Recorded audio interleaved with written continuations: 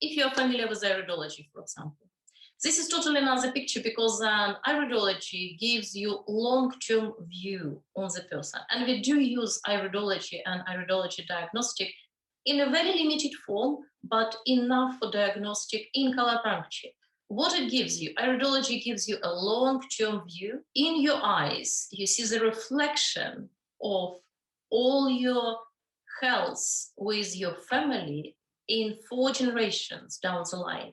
So you see predispositions, and this is preventative medicine at its best, because looking at the person's eyes long before they developed anything health-wise, you can predict what will happen. You can look at their eyes and you can see what is likely to happen for this person based on what happened to their female lines, their male line, and so on. So iridology is a complex subject, and this is something obviously you need to be a practitioner to use it. However, there is a very, very simple way to use iridology, and this is called Constitutional Iridology. And this is something so simple, because even if you have like 10-time magnification glass, which is like really not expensive to buy, or you can also, if you diagnose yourself, there is a thing called self-examination iridology mirror. So each of them probably cost anything around 30 pounds, to the best of my knowledge. And they can give you plenty of information on general constitution. You don't even need to know the geography of the iris. You don't need to know where your brain area is, where your lung area, where heart area, where kidney area. You don't need to know that. Just looking at general constitution of the eye, you can tell what this person will be up against during their entire life. Isn't that beautiful? So, for example, we take one person with, let's take something completely different. So we take somebody with, for example, what is called uric acid diathesis constitution or hydrogenoid constitution. Those are constitutions of people who have their weakest links in lymphatic system, in kidney bladder system, and issues related to this.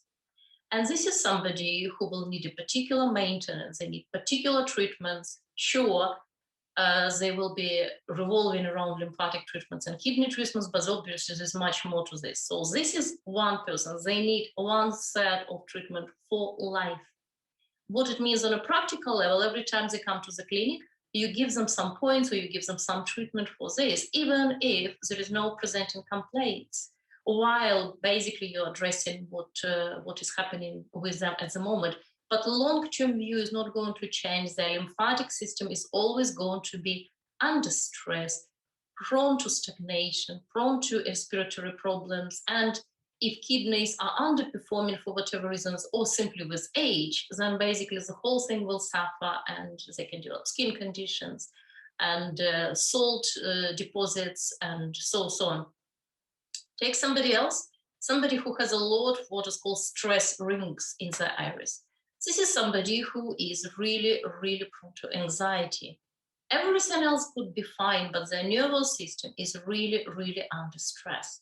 They're prone to anxiety, and this anxiety should have some kind of outlet. Those people who were born to act. This is a lifetime of action. Now imagine somebody who is so deeply anxious, they cannot move, they cannot do anything, they cannot self-realize, they cannot sometimes even work. They're so anxious, they cannot sometimes leave their own home.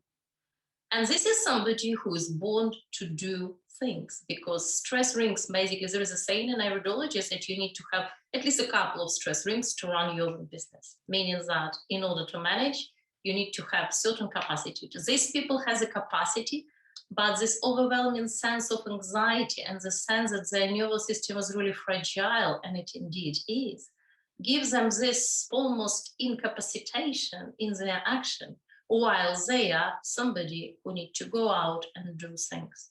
And obviously there are, for this type of persons, they need totally different treatment plan, completely, entirely different from somebody with these constitutions that I described. And this is how you can construct your plan based, for example, on something really simple such as iridology constitutions. And I wanted to say that you don't have to be an iridologist.